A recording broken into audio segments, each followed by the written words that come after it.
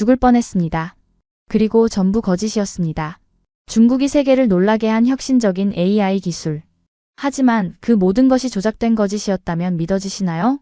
한 연구원의 충격적인 폭로가 세상에 알려지면서 전 세계가 경악했고 그녀를 도운 한국의 천재 연구원 또한 주목받고 있습니다.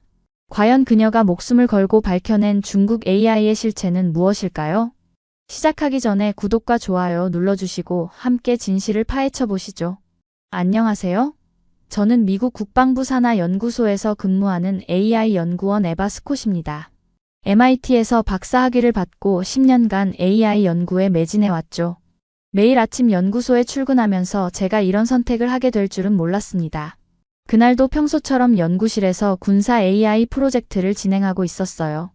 갑자기 동료 연구원들 사이에서 술렁거림이 일었습니다. 중국의 AI 기업이 개발한 딥시크가 챗GPT를 뛰어넘었다는 소식이었죠. 연구소 전체가 마치 지진이라도 난 것처럼 흔들렸습니다. 군사 AI 개발을 주도하던 미국의 자존심이 무너지는 순간이었어요. 국방부는 즉시 긴급회의를 소집했어요. 회의실은 마치 전쟁 상황실처럼 변했습니다. 모두의 얼굴에는 땀방울이 맺혔죠. 저는 발표 자료를 보면서 이상한 점을 발견했어요. 데이터가 너무 완벽했습니다. 마치 누군가 일부러 만든 것 같았죠. AI 개발 과정에서 이런 완벽한 결과는 나올 수 없다는 걸 경험으로 알고 있었어요. 제 아버지는 냉전 시절 CIA 요원이었어요. 어릴 때부터 중국에 대한 경계심을 심어주셨죠. 에바, 중국은 절대 믿으면 안 된다는 말씀을 귀에 못이 박히도록 들었습니다. 하지만 저는 과학자였어요. 편견 없이 사실만을 보고 싶었죠. 아버지의 말씀이 가끔은 구시대적인 냉전 사고 방식처럼 느껴졌습니다. 며칠 뒤 중국 베이징의 AI 연구소에서 초청장이 도착했습니다. VIP 연구원으로 초청한다는 내용이었어요. 국방부는 마치 폭탄이라도 터진 것처럼 반응했죠. 이건 함정이야. 하지만 제 호기심은 이미 불타오르고 있었습니다. 중국이 정말로 혁신적인 기술을 개발했다면 그것을 직접 확인하고 싶었어요. 관료주의적인 연구소 생활은 저를 질식시켰죠.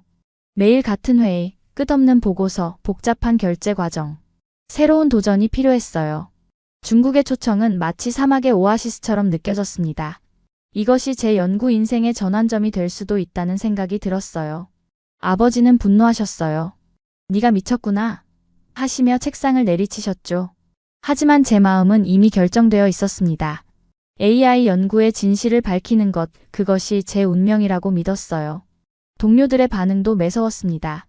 에바, 이건 내 연구 인생을 망치는 길이야. 그들의 우려는 이해했지만 저는 제 직감을 믿기로 했습니다. 저는 제 신념을 지켰어요. 진정한 AI 혁신이 이루어지고 있다면 직접 확인하고 싶었습니다. 비자 발급부터 출국 수속까지 모든 준비를 마쳤죠. 베이징행 비행기 티켓을 예약하는 순간 심장이 터질 것 같았어요. 두려움과 설렘이 교차하는 순간이었습니다. 연구소를 떠나기 전날 깊은 밤까지 딥시크 자료를 검토했습니다. 모니터 속 데이터들이 마치 수상한 미로처럼 느껴졌어요. 뭔가 잘못됐다는 직감이 들었죠. 하지만 그게 무엇인지는 알 수 없었습니다. 수많은 의문점들이 머릿속을 맴돌았지만 답을 찾을 수 없었어요. 베이징으로 떠나기 전 마지막으로 아버지를 찾아뵈었어요. 에바, 중국은 위험한 곳이야. 절대 방심하면 안 돼. 아버지의 말씀이 뇌리를 스쳤습니다. 30년간 CIA에서 근무하신 아버지의 직감을 무시하기가 쉽지는 않았죠. 아버지의 걱정 어린 눈빛이 마음을 무겁게 했습니다. 비행기에 오르면서 가슴이 철렁했어요. 이제 돌이킬 수 없었습니다. 창밖의 구름을 바라보며 깊은 한숨을 내쉬었죠. 제 앞에 펼쳐질 새로운 세계, 그리고 그곳에서 마주하게 될 진실이 저를 기다리고 있었어요. 이 선택이 제 인생을 뒤흔들 폭풍의 시작이 될 줄은 그때는 전혀 몰랐습니다. 단순한 연구 교류가 아닌 더 큰 무언가가 저를 기다리고 있다는 예감이 들었어요. 그 예감은 제 온몸을 긴장시켰고 이미 시작된 모험의 첫 발걸음을 내딛게 만들었습니다. 저는 베이징 공항에 도착하자마자 중국의 거대한 힘을 실감했습니다. 공항은 마치 미래도시처럼 첨단 시설들로 가득했죠. 입국 심사대에서 제 여권을 확인하던 직원의 날카로운 시선이 아직도 기억납니다. 그의 눈빛에는 의심과 경계심이 가득했어요. 연구소에서 보낸 차량이 저를 기다리고 있었어요. 검은색 고급 세단이었죠. 도심을 관통하는 동안 창밖으로 보이는 마천루들이 제 시선을 사로잡았습니다. 운전기사는 중국 AI 기술의 발전에 대해 자부심 넘치는 설명을 이어갔죠. 하지만 그의 말투에서 뭔가 부자연스러움이 느껴졌어요. 마치 미리 준비된 대본을 읽는 것 같았습니다. 연구소에 도착했을 때 첫인상은 압도적이었어요. 마치 영화에서 본 것 같은 미래형 건물이었죠. 유리와 철골로 이루어진 건물은 마치 구름을 뚫을 듯 높이 솟아 있었습니다. 정문에는 베이징 AI 연구소라는 글자가 빛나고 있었어요. 건물 전체가 미래기술의 성지임을 자랑하는 듯 했습니다. 영접 나온 비서가 연구소를 안내했어요. 우리는 세계 최고의 슈퍼컴퓨터를 보유하고 있습니다. 그의 설명은 자신감으로 가득했죠. 하지만 서버실을 보여달라는 제 요청에는 갑자기 난색을 표했어요. 보안 규정상 허가가 필요합니다. 그의 태도가 순식간에 경직되었죠. 그때 레오 왕이 나타났어요. 중국 AI 기술의 대표주자로 불리는 천재 연구원이었죠. 에바, 드디어 만나게 되네요. 그의 말투는 친근했지만 눈빛은 차가웠습니다. 우리는 몇 년 전 MIT에서 잠깐 마주친 적이 있었어요. 당시 그는 제가 발표한 논문이 허점을 지적하며 경쟁심을 드러냈었죠. 레오는 연구소 시설을 자랑스럽게 소개했습니다. 중국에선 윤리적 제약 없이 연구할 수 있어요. 미국은 너무 보수적이죠. 그의 말에 저는 불편함을 느꼈어요. AI 개발에서 윤리는 결코 무시할 수 없는 부분이었습니다. 그의 발언은 마치 경고처럼 들렸어요. 연구원들의 모습도 이상했죠. 모두 긴장한 듯한 표정으로 조심스럽게 움직였어요. 누군가 감시하고 있다는 듯한 분위기였습니다. 제가 질문을 던지면 마치 약속이라도 한 듯 같은 대답만 반복했죠. 자유로운 토론이나 의견 교환은 찾아볼 수 없었습니다. 점심시간, 구내 식당에서 다른 연구원들과 대화를 시도했어요. 하지만 그들은 이야기를 피하거나 형식적인 답변만 했습니다. 한 연구원은 제 질문에 답하다가 갑자기 말을 멈추고 자리를 피했죠. 무언가를 숨기고 있다는 느낌이 강하게 들었어요. 저녁이 되자 연구소는 더욱 음산해졌어요. 제게 배정된 숙소로 가는 길 복도는 마치 미로처럼 느껴졌습니다. CCTV가 곳곳에 설치되어 있었죠. 보안을 위한 것이라고 했지만 감시를 위한 것처럼 보였어요. 걸음을 옮길 때마다 누군가 지켜보는 듯한 기분이 들었습니다. 숙소에 도착해서 노트북을 켰습니다. 연구소 네트워크에 접속하자 이상한 점을 발견했어요. 보안 설정이 지나치게 빡빡했죠. 단순한 파일 하나를 열어보는데도 여러 단계의 인증이 필요했습니다. 이런 수준의 보안은 일반적인 연구소에서는 볼 수 없는 것이었어요. 창밖을 보니 밤하늘이 보이지 않았어요. 스모그로 뒤덮인 베이징의 하늘은 마치 이곳의 비밀을 감추려는 듯 했습니다. 침대에 누웠지만 잠은 오지 않았죠. 무언가 큰 비밀이 이 건물 안에 숨겨져 있다는 직감이 들었어요. 아버지의 경고가 하나둘씩 현실이 되는 것 같았습니다. 내일부터 본격적인 연구가 시작됩니다. 레오의 말대로 이곳이 정말 자유로운 연구가 가능한 곳일까요? 아니면 아버지의 경고처럼 위험한 함정일까요? 저는 이 모든 의문을 풀기 위해 이곳에 왔습니다. 진실이 무엇이든 제가 직접 확인할 차례였죠. 이미 시작된 이 위험한 게임에서 저는 끝까지 진실을 밝혀내야만 했습니다. 저는 일주일째 딥시크 관련 논문들을 하나하나 분석하고 있었습니다. 처음에는 모든 것이 완벽해 보였어요. 치밀한 연구 방법론, 놀라운 실험 결과, 그리고 상세한 데이터 분석까지. 하지만 깊이 들여다볼수록 뭔가 이상한 점들이 눈에 띄기 시작했죠. 가장 먼저 발견한 것은 학습 데이터와 실제 서버 기록의 불일치였습니다. 논문에는 수백만 건의 학습 데이터를 처리했다고 되어 있었지만 서버 로그에서는 그런 흔적을 찾을 수 없었어요. 더 이상한 것은 결과값들이었죠. 마치 완벽한 답안지처럼 모든 수치가 너무 깔끔했습니다. 레오 왕의 태도도 의심스러웠어요. 제가 데이터베이스 접근 권한을 요청할 때마다 그는 교묘하게 화제를 돌렸습니다. 에바, 당신은 너무 세세한 것에 집착하는군요. 큰 그림을 보세요. 그의 말투에는 항상 은근한 경고가 담겨 있었죠. 다른 연구원들의 행동은 더욱 수상했습니다. 점심시간에 자연스럽게 대화를 시도했지만 누구도 구체적인 연구 과정을 설명하지 못했어요. 그건 최고 기밀이에요. 다른 팀에서 담당하고 있어요. 같은 답변만 돌아왔죠. 모두가 마치 입을 맞춘 것처럼 같은 말만 반복했습니다. 어느 날 저녁 늦게까지 연구실에 남아 있었어요. 복도를 걸어가다 우연히 레오의 통화 내용을 엿듣게 됐습니다. 상부에서 더 이상 기다릴 수 없다고 해. 어떻게든 결과를 만들어내야 해. 그의 목소리에는 초조함이 가득했죠. 저는 급히 발걸음을 돌렸지만 심장이 거세게 뛰고 있었습니다. 그날 밤 결심을 하고 연구소의 데이터베이스를 파고들었어요. 보안 시스템을 우회하는 데 시간이 걸렸지만 마침내 숨겨진 파일들을 발견했습니다. 실제 테스트 결과는 충격적이었죠. 딥시크는 챗GPT는커녕 기본적인 AI 성능조차 제대로 나오지 않고 있었어요. 더 깊이 파고들수록 충격적인 사실들이 드러났습니다. 화려한 논문 결과, 언론에 공개된 데모, 외국 연구진들의 찬사까지 전부 다 조작된 거짓이었어요. 심지어 제가 연구소에 초청된 것도 계획의 일부였죠. 해외 유수 연구기관의 인정을 받기 위한 쇼케이스용이었던 겁니다. 갑자기 제 컴퓨터 화면에 경고창이 떴어요. 무단 접근이 감지되었습니다. 순간 등줄기가 서늘해졌죠. 서둘러 파일들을 숨기고 접속을 끊었습니다. 하지만 이미 누군가 제 행동을 알아챘을지도 모른다는 불안감에 식은땀이 흘렀어요. 다음날 아침, 레오가 평소와 다른 눈빛으로 저를 바라봤습니다. 에바, 어제 늦게까지 연구실에 있었다면서요? 그의 말투는 마치 신문하는 것 같았죠. 저는 최대한 태연하게 대답했어요. 네, 논문 검토하느라 늦었어요. 하지만 그의 날카로운 시선이 저를 파고드는 것이 느껴졌습니다. 그 후로 연구소의 분위기가 확연히 달라졌어요. 복도를 지날 때마다 더 많은 감시 카메라가 저를 쫓았고 제 연구실 출입도 제한되기 시작했습니다. 심지어 식당에서도 누군가가 항상 저를 지켜보고 있다는 느낌을 지울 수 없었어요. 이제 제 앞에는 두 가지 선택밖에 없었습니다. 이대로 모른 척하고 연구를 계속하거나 이 거대한 기만을 세상에 알리거나. 하지만 연구원으로서의 양심이 전자를 선택하게 두지 않았어요. 문제는 어떻게 이 증거들을 안전하게 밖으로 빼내느냐였죠.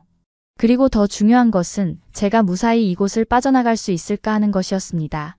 매 순간 긴장의 연속이었어요. 하지만 이미 뒤로 물러설 수는 없었습니다. 진실을 밝히는 것, 그것이 제가 해야 할 일이었죠. 설령 그 대가가 위험하더라도 저는 이 선택을 후회하지 않을 것입니다. 저는 비밀 서버실로 향하는 발걸음을 재촉했습니다. 밤 11시, 연구소가 가장 조용한 시간이었죠. 보안 카드를 이용해 여러 개의 문을 통과하면서도 손끝이 떨렸어요. 발각되면 큰일이었지만 이것이 진실을 확인할 유일한 기회였습니다. 서버실은 연구소의 심장부와도 같은 곳이었어요. 수천 대의 컴퓨터가 가동되는 소리가 웅웅거렸죠. 하지만 제가 본 것은 충격적이었습니다. 실제로 작동 중인 서버는 전체의 10분의 1도 되지 않았어요. 나머지는 그저 전시용 껍데기였습니다. 데이터 로그를 확인하면서 더 큰 충격을 받았어요. 딥시크의 성능은 챗GPT는커녕 기초적인 AI 수준에도 미치지 못했습니다. 그들은 다른 AI의 결과를 베껴 성능을 조작하고 있었죠. 이 모든 것이 거대한 사기였어요. 갑자기 발소리가 들렸습니다. 누군가가 서버실로 오고 있었어요. 저는 재빨리 컴퓨터를 끄고 서버 렉 뒤로 몸을 숨겼죠. 심장이 터질 것 같았습니다. 문이 열리고 두 사람이 들어왔어요. 레오의 목소리였습니다. 이제 곧 발표해야 해. 더 이상 미룰 수 없어. 레오가 말했죠. 다른 사람이 대답했습니다. 하지만 아직 준비가 안 됐잖아. 에바가 의심하고 있어. 저는 숨도 제대로 쉬지 못한 채 그들의 긴장된 대화를 들었어요. 그들이 떠난 후 저는 서둘러 증거를 수집했습니다. USB에 데이터를 복사하면서도 손이 떨렸어요. 그때 갑자기 알람이 울렸죠. 무단 접근 감지. 보안 요원 긴급 출동. 순간 피가 싸늘하게 식었습니다. 복도를 달리면서 발걸음 소리가 점점 가까워지는 것을 들었어요. 보안 요원들이었죠. 저는 비상계단으로 향했습니다. 숨이 턱까지 차올랐지만 멈출 수는 없었어요. 그때 누군가가 제 팔을 잡았습니다. 놀라서 돌아보니 한 동양인 남성이었어요. 이쪽으로 오세요. 그가 작은 목소리로 말했습니다. 그는 저를 청소도구 보관실로 데려갔죠. 제 이름은 정민수입니다. 저도 이곳의 진실을 알고 있어요. 정민수는 한국에서 파견된 연구원이었습니다. 그도 연구소의 비리를 파악하고 증거를 모으고 있었다고 해요. 혼자서는 위험합니다. 함께 해결해야 해요. 그의 진지한 목소리에 작은 희망이 보였죠. 보안 요원들이 지나간 후 정민수는 저를 안전하게 숙소로 안내했습니다. 내일 아침에 다시 만나요. 구체적인 계획이 있습니다. 그의 눈빛에서 진정성이 느껴졌어요. 드디어 믿을 수 있는 동료를 찾은 것 같았습니다. 숙소로 돌아와 베개 밑에 USB를 숨겼어요. 심장은 여전히 빠르게 뛰고 있었습니다. 방 안에 CCTV가 저를 주시하고 있었지만 이제는 두렵지 않았어요. 깊은 한숨을 내쉬며 침대에 누웠습니다. 창밖으로 보이는 베이징의 밤하늘은 어두웠지만 제 마음속은 이상하게 평온했어요. 비록 위험한 상황이었지만 혼자가 아니라는 사실이 큰 위안이 되었죠. 정민수와 함께라면 이 거대한 거짓말을 밝혀낼 수 있을 것 같았습니다. 잠들기 전 마지막으로 든 생각은 아버지였어요. 조심해라 라던 그의 말씀이 맞았습니다. 하지만 이제는 물러설 수 없었죠. 진실을 밝히는 것, 그것이 제가 선택한 길이었으니까요. 내일이면 모든 것이 달라질 것입니다. 저는 다음날 아침 일찍 정민수와 만났습니다. 연구소 뒤편 작은 카페였어요. 그는 이미 자리에 앉아 주변을 경계하고 있었죠. 그의 모습에서 전문가다운 면모가 느껴졌습니다. 저는 사실 국제 AI 윤리위원회 소속 조사관이에요. 정민수의 말에 저는 놀랐습니다. 그는 6개월 전부터 이곳에 잠입해 증거를 수집하고 있었다고 했죠. 중국의 AI 기술 발전이 너무 급격했어요. 처음부터 의심스러웠죠. 정민수는 노트북을 열었습니다. 그가 모은 증거들은 저보다 훨씬 더 충격적이었어요. 딥시크는 실제로 존재하지 않습니다. 다른 AI 기업들의 기술을 훔쳐 조합한 거예요. 화면에는 수많은 조작 증거가 있었죠. 레오 왕도 이 사실을 알고 있나요? 제가 물었습니다. 정민수는 고개를 끄덕였어요. 네, 하지만 그도 피해자예요. 정부의 압박 때문에 어쩔 수 없이 가담한 겁니다. 레오의 냉소적인 태도가 이해되기 시작했죠. 우리는 증거를 어떻게 외부로 전달할지 계획을 세웠어요. 정민수는 한국 대사관과 연락망이 있었습니다. 이틀 후면 한국 외교관이 연구소를 방문합니다. 그때가 기회예요. 그의 말에 희망이 보였죠. 하지만 시간이 많지 않았어요. 이미 우리를 감시하고 있었습니다. 그들은 당신을 의심하고 있어요. 정민수가 말했죠. 오늘 밤 레오가 중요한 발표를 한다는 소식을 들었습니다. 카페를 나오며 정민수가 USB를 건넸어요. 이건 비상용이에요. 만약의 경우를 대비해서요. 그의 눈빛은 진지했습니다. 조심하세요. 우리를 감시하는 눈이 많아요. 그 말을 끝으로 그는 사라졌죠. 연구소로 돌아가는 길, 저는 깊은 생각에 잠겼어요. 이제 모든 것이 명확해졌습니다. 화려한 연구소 건물, 과장된 성과 발표, 그리고 그 뒤에 숨겨진 거대한 거짓말. 하지만 아직 풀리지 않는 의문이 있었죠. 레오의 발표회가 시작되었습니다. 회의실은 긴장감으로 가득했어요. 레오는 자신감 넘치는 표정으로 딥시크의 새로운 성과를 발표했죠. 하지만 제 귀에는 모든 것이 거짓으로 들렸습니다. 발표가 끝나고 레오가 저를 불렀어요. 에바, 잠깐 이야기 좀 할까요? 그의 목소리에는 평소와 다른 긴장감이 묻어 있었습니다. 저는 그를 따라 사무실로 향했죠. 이제 진실과 마주할 시간이었습니다. 당신도 알고 있죠? 레오가 물었어요. 이 모든 게 거짓이라는 걸?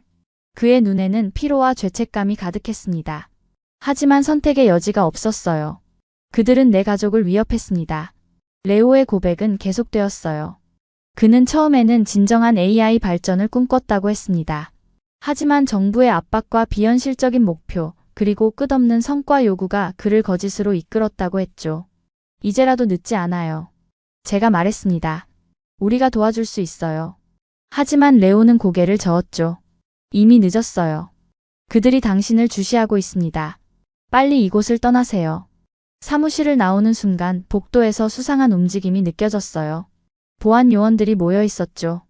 저는 재빨리 방향을 바꿔 비상계단으로 향했습니다. 정민수의 말이 떠올랐어요. 이제 시간이 없습니다. 숙소로 돌아와 짐을 챙기기 시작했어요. 이제 더 이상 머뭇거릴 시간이 없었습니다. 창밖으로 보이는 베이징의 밤하늘이 어두워져 갔죠. 내일이면 모든 것이 달라질 것입니다. 그리고 그 변화는 제가 상상했던 것보다 훨씬 더 극적일 것 같았어요. 저는 탈출을 결심했습니다. 정민수와 밤새 치밀한 계획을 세웠어요. 새벽 3시, 보안이 가장 허술한 시간을 택했죠.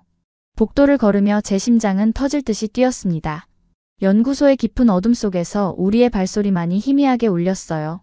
정민수는 모든 준비를 마쳤다고 했습니다. 먼저 서버실에 들러야 해요. 마지막 증거를 확보해야 합니다. 그의 목소리는 차분했지만 긴장감이 느껴졌죠. 우리는 조심스럽게 서버실로 향했어요. 그때였습니다. 갑자기 알람이 울렸어요. 무단 침입자 발생. 순간 온몸이 얼어붙었죠. 정민수가 재빨리 컴퓨터를 켰습니다. 서버실 보안 시스템을 해킹해야 해요. 시간을 벌어야 합니다. 정민수는 놀라운 해킹 실력을 보여줬어요. 순식간에 보안 카메라를 무력화시켰죠. 하지만 보안팀이 이미 우리의 흔적을 쫓고 있었습니다. 서두르세요. 5분 안에 이곳을 빠져나가야 해요. 그의 손가락이 키보드 위에서 춤을 추듯 움직였어요. 우리는 비상계단을 통해 아래층으로 내려갔습니다. 발소리가 점점 가까워졌어요. 숨이 턱까지 차올랐죠. 정민수가 속삭였습니다. 1층으로 가면 안 돼요. 지하 주차장으로 가야 합니다.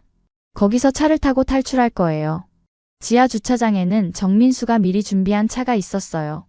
그때 갑자기 등 뒤에서 날카로운 목소리가 들렸죠. 거기서 심장이 멎는 줄 알았어요. 우리는 뒤를 돌아볼 틈도 없이 재빨리 차에 올랐어요. 정민수가 엑셀을 밟았고 전력 질주했죠. 숨이 가빠왔지만 멈출 수 없었습니다. 추격전이 시작됐어요. 백미러로 검은색 차들이 우리를 쫓아오는 게 보였죠. 정민수의 얼굴에 땀이 흘렀습니다. 공항까지 40분이에요. 버텨야 해요. 차는 베이징의 새벽 도로를 질주했고 제 손에는 모든 증거가 담긴 USB가 꼭 쥐어져 있었어요. 추격자들의 헤드라인이 점점 가까워졌습니다. 정민수가 갑자기 핸들을 꺾었어요. 지름길로 가겠습니다. 좁은 골목길로 들어서자 뒤따르던 차 한 대가 전봇대를 들이받았죠. 하지만 아직 2대가 끈질기게 따라오고 있었습니다. 새벽의 베이징 거리는 마치 미로 같았어요. 정민수는 놀라운 운전 실력을 보여주었습니다. 특수요원 교육을 받았거든요. 그가 쑥스럽게 웃었죠. 우리는 골목과 골목을 누비며 추격자들을 따돌렸어요. 마침내 공항이 보였습니다.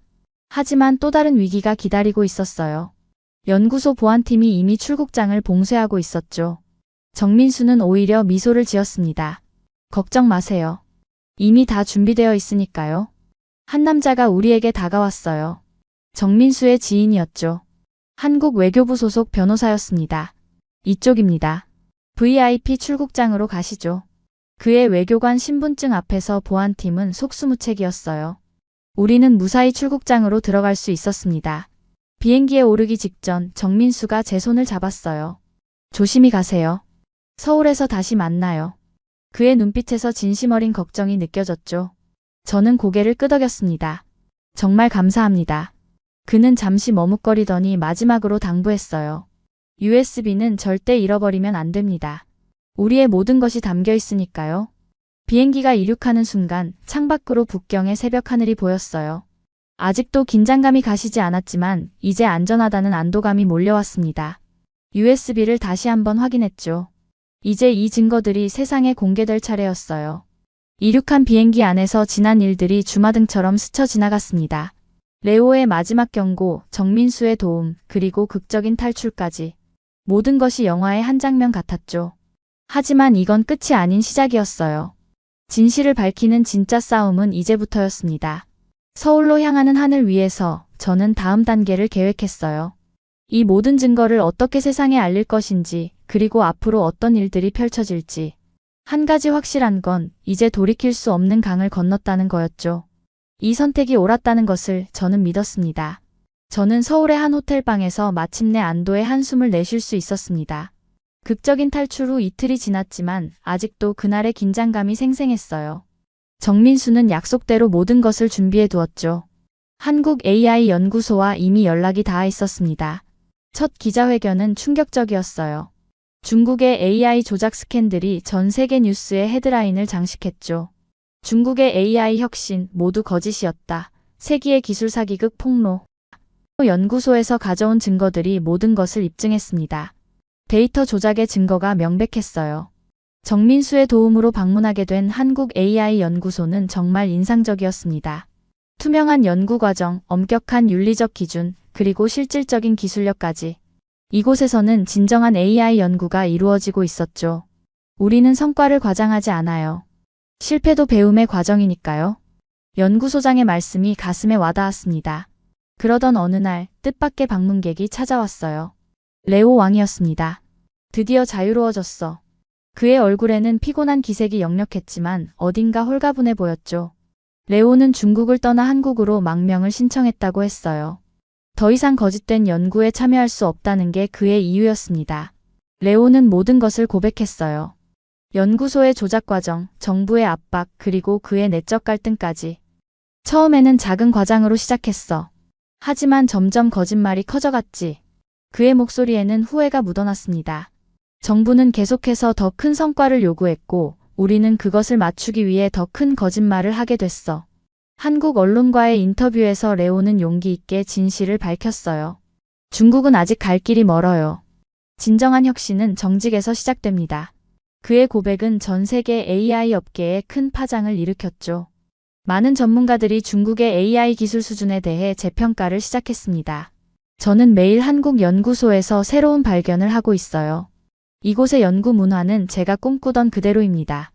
자유로운 토론이 가능하고 건설적인 비판도 환영받죠. 무엇보다 진실을 중시하는 태도가 인상적이에요. 아버지도 이제는 제 선택을 이해하시더군요. 네가 옳았다. 진실을 선택한 것이 자랑스럽구나. 정민수와 저는 AI 윤리 가이드라인 제정 작업에 참여하고 있습니다. 기술 발전도 중요하지만 그것을 올바르게 사용하는 것이 더 중요해요. 그의 말에 깊이 공감했죠. 우리의 경험이 미래의 AI 발전의 작은 이정표가 되길 바랍니다. 얼마 전에는 레오도 한국 연구소에 합류했어요. 이제야 진정한 연구를 할 수 있게 됐네요. 그의 눈빛에서 순수한 연구자의 열정이 다시 빛나고 있었습니다. 가끔 우리는 함께 커피를 마시며 미래의 AI 기술에 대해 이야기를 나눕니다. 이제는 경쟁자가 아닌 동료로서 서로를 존중하죠. 베이징에서의 경험은 저에게 큰 교훈을 주었어요. 기술의 발전은 중요하지만 그것을 추구하는 과정의 정직성은 더욱 중요하다는 것을 깨달았습니다. 이제 저는 한국에서 새로운 도전을 시작해요. 이곳에서라면 진정한 AI 혁신을 이루어낼 수 있을 것 같습니다. 창밖으로 보이는 서울의 전경이 아름답네요. 이곳에서 저는 제가 꿈꾸던 연구를 마음껏 할 수 있어요. 때로는 위험을 감수하더라도 진실을 선택하는 것이 옳은 길이라는 걸 이번 경험을 통해 깊이 깨달았습니다. 정민수의 말처럼 기술은 인류를 위한 것이어야 해요. 그리고 그 시작은 정직함에서부터입니다.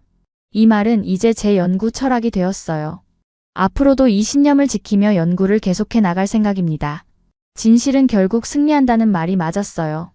이제 저는 더 나은 미래를 위해 진정한 AI 연구를 향해 한 걸음씩 나아갈 거예요.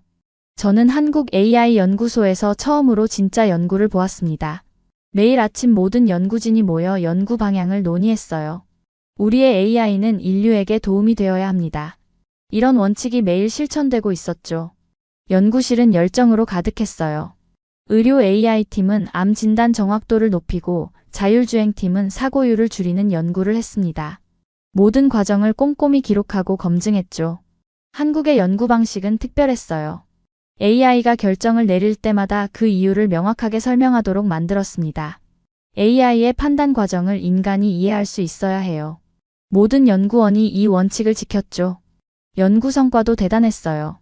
한국의 의료 AI는 이미 세계 최고 수준이었습니다.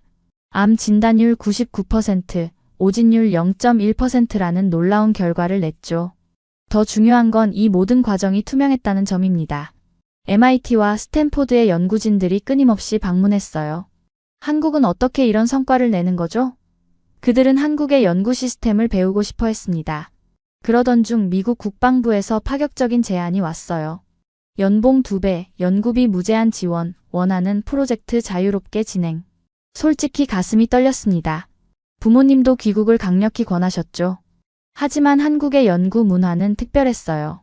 실패에도 질책하지 않았고 성과를 강요하지도 않았습니다. 대신 올바른 연구 방향을 함께 고민했죠. 최근에는 AI 윤리 헌장을 만들어 전 세계의 주목을 받았어요.